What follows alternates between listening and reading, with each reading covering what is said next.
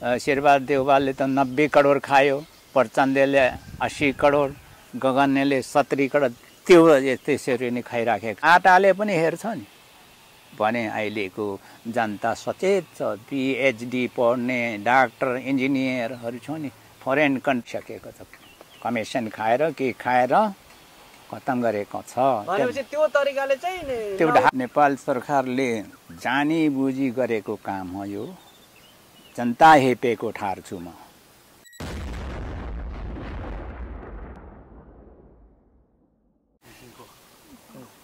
दर्शकबिन धेरै धेरै स्वागत छ। यतिखेर हाम्रो फ्रेममा हुनुहुन्छ 74 वर्षीय सुखबहादुर लिम्बू।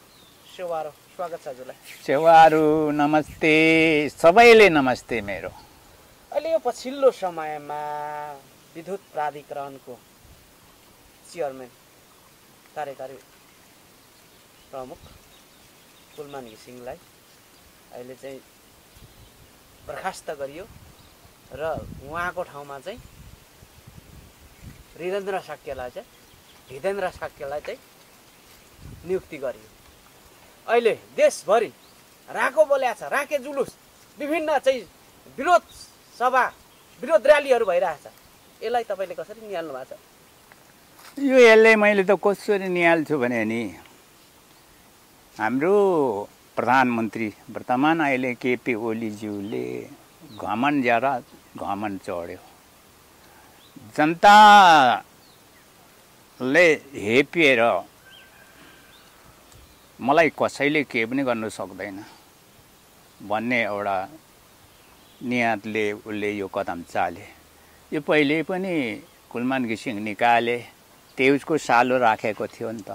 यही जनता भड्केर फेरि कुलमानै फिर्ता ल्याएर फेरि नियुक्त भएको होइन? यो दोहोरियो होइन? यो दोहोरियो। त्यो हाम्रो त्यसमा हाम्रो प्रधानमन्त्रीले जनता हेपाइमा कदम चालेको म बुझ्छु। अनि यसरी जनता हेप्नु मिल्छ? जनताको इच्छा विपरीत नेपाल सरकारले काम गर्न मिल्छ तपाईको नजरमा? अहिलेको संविधानमा यो लेखिएको छ। नेपाल सरकारले जानी बुझी गरेको काम हो यो। जनता हेपेको ठार्छु म। जनता 3 करोड जनताको अधिकार हो त्यो बिजुली विद्युत बनेको। त्यो कुलमान घिसिङ त काम गर्ने, हाम्रो काम गर्ने मात्रै हो। अधिकार धनी, बिजुलीको धनी जनता हो। त्यसले गर्दाखेरि यो काम गर्दै गरेको कुलमानले दुई खेप निकाल्नु यो जनताको काम गर्ने निकाल्नु भनेको जनतामाथि प्रहार गरेको हाम्रो प्रधानमन्त्रीज्यूले त्यो काम गरिरहेछ। यो कुलमान सबै नेपाल 3 करोड जनताको कार्यकर्ता हो, काम गर्ने हो, बिजुली उज्यालो ल्याइदिने हो। उसको आइडिया, उसको जो क्षमता अनुसार बिजुली 18 घन्टा लोड सेटिङ गराएको त्यो पूर्ति गरेर पनि नाफा आयो भन्ने शब्द आएको छन्। अब हामीले जनताले खोज्ने हो 18 घन्टा लोड सेटिङ गरेको पैसा के गर्यो त्यो खोज्नुपर्छ जनताले। पहिले 18 घन्टा लोड सेटिङ गरेर उहाँ कहाँ बिजुली बिक्री गर्यो त्यसको आमदानी खोज्नुपर्छ जनताले। 18 घन्टा लोड सेटिङ कति 2 वर्ष गर्यो होइन? यो नेपाल अधिराज्यको 18 घन्टा लोड सेटिङको त्यो कति तन्त्र हो आमदानी कति, त्यो हिसाब किताब जनताले गर्नु पर्यो। जनताले खोज्दा देला त नेपाल सरकार गरेर निकाल्नु पर्यो अनि मुद्दा हाल्नु पर्छ। अहिले तत्काल यो कदम जनताको हेपाइ गरेको कारणले यो हाम्रो प्रधानमन्त्री भन्नु मिल्दैन। किनभने हामीले हेपेर अन्धकारमा डुबाउँदैछन्। उज्यालो ल्याइसकेको चट्टै काटेर अँध्यारोमा लाँदैछन्। त्यसले गर्दाखेरि यो प्रधानमन्त्री राजीनामा दिनु लाउनुपर्छ। सबै जनता एक भएर प्रधानमन्त्रीले अहिले नै राजीनामा दिनु लाउनुपर्छ। सबै जनता केपी ओलीको विरुद्धमै छ त? सबैले बिजुली त चाहियो, बत्ती त चाहियो नि। कि अन्धकारमा बस्ने हो भने ठिकै छ, बसोस्। त जसले उज्यालोमा हामी बस्न चाहन्छौँ, उज्यालोमै थियौँ। उज्यालो कुलमानले ल्याएको थियो, त्यसले कुलमानले नियुक्त फेरि गर्नु भने सबै जुरुकै उठ्नु पर्यो। तत्काल प्रधानमन्त्री राजीनामा दिनु पर्यो भन्न चाहन्छु म। किन यसरी चाहिँ काम गरिराखेको मान्छेलाई 81 आँखा पर्यो त? होइन, पहिले पनि गरेको हो। एउटा कुरो उसको चालु नै ल्याउनु पर्ने। अब त्यसमा ती भित्र अलिकति जो कमी कमजोरी छ उनीहरूको ऊर्जा मन्त्रीहरूको, त्यो ढाकछोपको लागि यो ल्याएको हो, ढाकछोपको लागि ल्याएको हो। त्यो ढाकछोप ननिकाल्नु भनेर त्यो जति पनि उद्योगपतिले पैसा त्यो बिल नउठाउनु भन्ने छ नि, त्यो पैसा यिनीहरूले पहिले खाइसकेको अवस्था छ। त्यो भनेपछि कुलमान घिसिङले उठाउन खोजेको ती उद्योगलाई चाहिँ उनीहरूले पहिले खाइसकेको अवस्था हो। उद्योगपतिसँग पहिला नै पहिले खाइसकेको छ नेताजीहरू। त्यो उद्योगपतिसँग नजिक भएर उनीहरूसँग राम्रो कुरा गर्दाखेरि निष्कासा निक्लिन्छ। यो भित्री चाहिँ यिनीहरूको त्यस्तो गरिसकेको छ। कमिसन खाएर के खाएर खत्तम गरेको छ। भनेपछि त्यो तरिकाले चाहिँ त्यो ढाक्नु लाइन दे भनेको कारण चाहिँ त्यो हो। त्यो ढाक्नुको लागि कुलमानले ननिकाली मिलेन। अनि त्यो ढाकछपको लागि उसकै सालो चाहिँ राख्नु चाहिँ अरू राख्नु पर्दैन। दुई खेप उसकै सालो राखिनु पर्ने, त्यो कामै नलाग्ने मान्छे। अलिक दिनमा यो उसैले नै के राखिराख्ने, अलिक दिनमा के लोड सेडिङ आउँछ। त्यति बेला हाम्रो 3 करोड जनता अँध्यारोमा बस्ने कि मैदानमा निक्लिने हो प्रतिकारको लागि, त्यो हुन्छ। यो तर कसले के गरेको भने केपी ओलीले प्रधानमन्त्रीज्यूले जनता हेपेको। जनता यो नेपाली जनता सुँगुरहरूले जे गर्दा पनि हुन्छ, अन्धकारमा थुन्दा पनि हुन्छ, सुँगुर जस्तो खोरमा थुन्दा पनि हुन्छ, होइन, भोकै राख्दा पनि हुन्छ भन्ने उसको चाहिँ सोचैले गर्दाखेरि त्यो गर्दैछ। उसले राम्रो होस् भनेर गर्दा त उज्यालो थपेर लानु पर्थ्यो, होइन। हाम्रो त्यत्रो के अरे अरुण छ बारुण छ त्यो पुरा कर्णालीसम्म हाम्रो नदी सबै बिजुली निकालेर अरू देशमा बेच्ने गरी निकाल्नु पर्यो नि। त्यो भएको पनि फेरि बन्द गरेर अन्धकारमा हामीले राख्दैछ भने तपाईँ हामी सबै जुरुक्कै उठ्नु पर्यो विरोधमा, प्रतिकारमा। म त्यो भन्न चाहन्छु। हाम्रो प्रधानमन्त्रीको यो कदम चाहिँ मेरो बुझाइमा चाहिँ सोरै आना यो घमण्डी छ। हेप्पै जनता हेपेको। जनता त एउटा कमिला जति पनि गनेन जनताले। न तर सोच्नुहोस् न के गरेको त, यो जानी गल्ती गरेको होइन, हेपेर होइन। यो जनताले भोलि आवाज उठाउँछ, आवाजै उठाउँछ नि। त्यो बत्ती ठ्याक्कै निभाउँदा नि किन बत्ती मऱ्यो कतै गयो त लाटाले पनि हेर्छ नि। भने अहिलेको जनता सचेत छ। पिएचडी पढ्ने डाक्टर इन्जिनियरहरू छ नि, फरेन कन्ट्री घुमेर अनुभव गरेकोहरू छ नि। अब चुप लाएर बस्ने कुरै आएन। चुप लाएर बस्नु भनेको त्यो पानी मरुवा सबै एक हुनु पर्यो, सबै एक भएर उत्रिनु पर्यो। अनि टु राजीनामा दे। अनि यो लोड सेडिङ त कुलमानले गरेको होइन, भारतले पो लोड सेडिङ त अन्त्य गरिदिएको भनेर ऊर्जा मन्त्री दीपक खड्काले अभिव्यक्ति दिनुभयो। यो ऊर्जा मन्त्री दीपक कुरा बुझ्दाखेरि भारतले बिजुली बन्द गर, हामीले कुलमानले अरू लाएर निकाल्छौँ भन्ने तत्त्व गरेको हो। अहिलेसम्म कुलमान ननिकाल्दाखेरि ठिकै थियो त। कुलमान निकाल्नु भन्दाखेरि जनताले कुरा खोज्छ भन्दाखेरि त्यो कुरा गुमाएको। भारतले लोड सेडिङको अन्त्यको श्रेय चाहिँ भारतलाई दियो त ऊर्जा मन्त्री दीपक खड्काले। यिनीहरूले यहीँबाट बन्द गरिदिए भनेर गर्छ। यो पहिलेदेखि प्रविधि यो बाहुनहरूको नाम लिनुपर्ने आउँछ। अलिक अप्ठ्यारो पऱ्यो कि नेपालले केही गर्नुको लागि भारतमै जान्छ। नाकाबन्दी लगाइदिए। भारतले हामीले नराम्रो दृष्टिकोणले कहिले पनि हेर्दैन। यही हाम्रो नेताहरूले तत्त्व हो। गएर कान पुगिदिए यो गरिदेऊ न, मलाई लाइटमा ल्याइदेऊ, मलाई प्रधानमन्त्री बनाऊ भनेर दिल्ली जान्छ। यो भारतले आफै कहिले पनि गर्दैन। भारतले हाम्रो नराम्रो दृष्टिकोणले हेर्दैन। भारतले पढालेखा विद्वानहरू छ, विज्ञहरू छ। यो नेपालको जस्तो 8 फेल भएकोहरू छैन क्या। भारतमा कयौँ के छानिन्छ त्यो विद्वान पढ्नेहरू पनि। म भारतमा 22 वर्ष बसेको, भारतमा विद्वानहरू छ, कहिले पनि नराम्रो कुनैसँग गर्न चाहँदैन उनीहरू, तर गराउँछ हाम्रो नेपालकै यो नेताहरूले। त्यो के अरे मिसालमा प्रमाण 12 बुँदै दिल्लीमा किन भनौँ, यो हाम्रो आफ्नो देश आफ्नो राज्यमा के अरे किन राख्दैन 12 बुँदे बुँदा बान्नु दिल्लीमा जानुपर्ने मान्छे यिनीहरूले नै गर्छन्। यो भारतले आफै गरेको होइन, राजनीतिकमा अलिकति हितमा आउनुको लागि गर्छन्। अब काम बिगार्छन् के अरे भारतले लगायो, भारतले कवि त्यसले त्यो गर्दैन।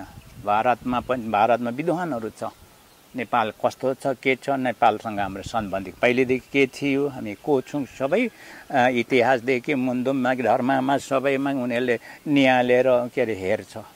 तर यो न वेद पढेको छ, यो KP Oli heart fail, kidney fail, त्यसले म शरम लाग्दो पिएचडी पढ्ने डाक्टर फाक्टर इन्जिनियर सबै त्यसले घुमिरहेछ, यहाँ घुमिरहेछ। कसरी? भारतको पावर लिएर, भारतसँग सहायता लिएर यो गर्दैछन्। तपाईँले यसो भनिराख्दा नि केपी ओलीले भारतसँग घुँडा टेकेका छैन भन्ने पनि आठ पनि भारतले भारतसँग घुँडा टेकेका केहीमा चाहिँ टेकेको छैन, हरेकमा टेकिराखेर त यो पाइन्छ, यो प्रविधि छ त। भारतको दबाबमा त्यो उसकै दरबारमा आएर बसेर गएको होइन, पहिले रको मान्छेहरू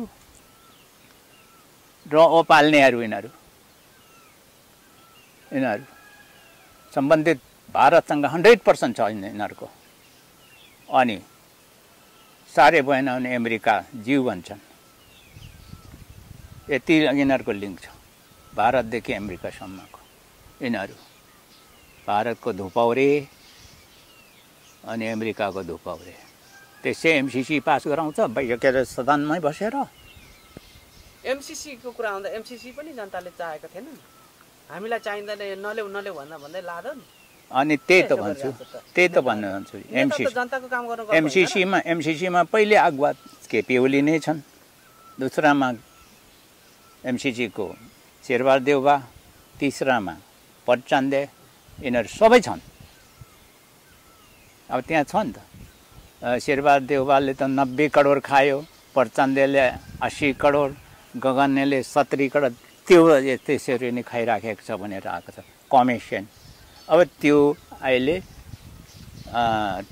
त्यसै कारणले त्यो अमेरिकाको राष्ट्रपतिज्यूले नेपाली ठग भनेको छ, ठग्यो नि त। त्यो त सबै काम लगाउनु भनेको थियो नि त, उनीहरूले सबै खलातखुलुत खाइगयो। त्यो पर्साईको कुरा गरौँ भने अनि विकास हुन्छ। जस्ताको त्यस्ता छ त्यो एमसिसी, जनता मान्दैन। अझै पनि एमसिसी कुरा भने जनता जुरुकै उठ्छ, सुरु गरोस् त, जनता चुप लाएर बस्दैन। एमसिसी सुरु गर्ने साथ चाइना आउँछ, चाइनाको त्यो के अरे बिडिआर अरे, उताको एमसिसी, यो दुइटैको लागु हुँदैन भोलि, दुइटै त्यसले गर्दा टक्राउ हुन्छ। यो पोहोरी खेल त यो गेम त यिनीहरूले खेल्यो। यो प्रधानमन्त्री केपी ओली, शेरे, प्रचण्डे, झलनाथ, नेपाल, बाबुराम भट्टराई कुनै चोखो छैन। पहिले भारतमा जिउ भनेर जाने लम्पछार पार्टी यिनीहरू।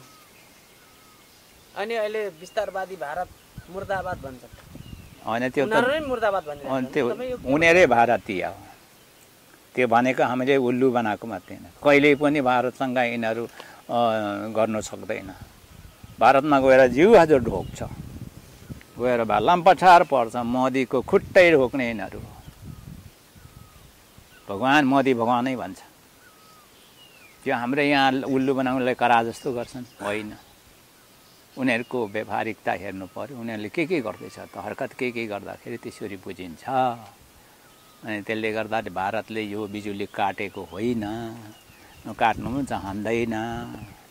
म भारतमा धेरै बसेको, भारतमा धेरै पढालेखा छ, विज्ञहरू छन्, ज्ञान छ, वैज्ञानिकहरू छन्, धेरै विकास पनि छ भारतमा, सम्पूर्ण छ भारतमा। भनेपछि यो अहिले कुलमान हटाउनुलाई पनि प्रचण्डले ठुलो राजनीति खेल्यो भन्ने एउटा प्रचण्डलाई आरोप छ नि, यो कुरो सत्य हो? त्यो सही हो। प्रचण्ड महापोखरी हो। एक त 5000 त मैले मारेकै जिम्मा लिए भनेको छ, त्यसमा 5000 देखि माथि ज्ञानेन्द्रले लिनुपर्छ। 17900 मर्यो नि त, भाग लगाउनु त कति कति पुग्छ। ज्ञानेन्द्र पनि छ त्यसमा सहभागी, ज्ञानेन्द्र लिनुपर्ने हुन्छ। सरकार र तिनीहरू टक्राउले त मर्यो नि मान्छे। त्यो हो एउटा, त्यही नै भयो। के अरे प्रचण्डको देखे अरू आरोप भन्दा पनि गृहमन्त्रीले भ्रष्टाचारहरू पक्रिनु नदिने, गृहमन्त्रीहरू असफल गराउने नै प्रचण्ड हो। रामबहादुर बादल फेल गराउने नै के अरे प्रचण्डले गर्दाखेरि पक्रिन सकेन रामबहादुर बादलले, अनि फेल खायो। अनि रामकाजी आयो, रामकाजीले पनि यसले पक्रिनु हुँदा उसले पनि, रामकाजी कि नारायण काजी? नारायण काजी भन्छ त्यो काजी, त्यो गृहमन्त्री थियो नि, उसले पनि त्यो कदम उठाउने साथ राखे त्यो हुँदैन है भनेपछि प्रधानमन्त्रीले साथ नदिएपछि फेल खायो नारायण काजी पनि। अब त्यहाँदेखि आयो लामेछाने, रवि लामेछाने। रवि लामेछाने प्रचण्डले फुल पावर नदिँदाखेरि ऊ फेल खायो। साथ दिएको भए त्यति बेला कमरमकुम पक्रिन्थ्यो, अन्तमा ऊ पनि पक्रो खान्थ्यो। ऊ पक्रो खान्छ, त्यही कारणले कदम चाल्नु नदिएको। पोखरी खेल प्रचण्ड महापोखरी खेल खेलिरहेछ दाउपेचमा। अहिले त लिन्ठिङ्गै एक्लै थियो, एक्लै भयो नि, अब छैन नि माओवादीको के छ। प्रचण्डले सकाउँदैछ माओवादी, केपी ओली एमाले सकाउँदैछ। केपी ओली एमाले सकिनु केपी ओलीले गर्दा, मेरो बुझाइमा काङ्ग्रेस सकिनु शेरबहादुरले गर्दा र गगन थापाले गर्दा सकिन्छ काङ्ग्रेस। भनेपछि कुलमानमाथि एउटा असल कर्मचारीमाथि चाहिँ किन चाहिँ राजनीति गर्नु पर्यो त यी ठुला शीर्ष नेताहरूले? अब यो यसो हो नि, अब यिनीहरूले हामी मान्छे जनता दुःख दिएर काबु बनाएर राजै ल्याउनु, राजै आऊ भन्नेमा काबु बनाएर लानु खोज्या हो। एउटा दूसरा लम्बा गहिरो भित्री जनता, नेपाली जनता वक्कादिक्कै गरेर भारतले नै दिउँ के अरे स्टेट बनाउनु भन्ने काबु बनाउनुको लागि चालेको छ। 2 स्टेप छ। पर्साईले त्यसले प्याच्चै भनिहाल्यो नि त, मनभित्रको कुरा गरौँ है भनेको त भनिहाल्यो। यो घटनाक्रम छ रणबहादुर शाहको मरण। रणबहादुर शाह कान्छी बुढीले गर्दा वनवास भएर काशीमा के अरे निर्गुणानन्द स्वामी नाम लिएर सन्यास भएर बसे काशीमा 4 वर्ष। अनि भारतको सहयोग मागेपछि फेरि राजा राक्षसकै हमला गरौँ भन्दाखेरि राजा राखे रणबहादुर शाह लिएर।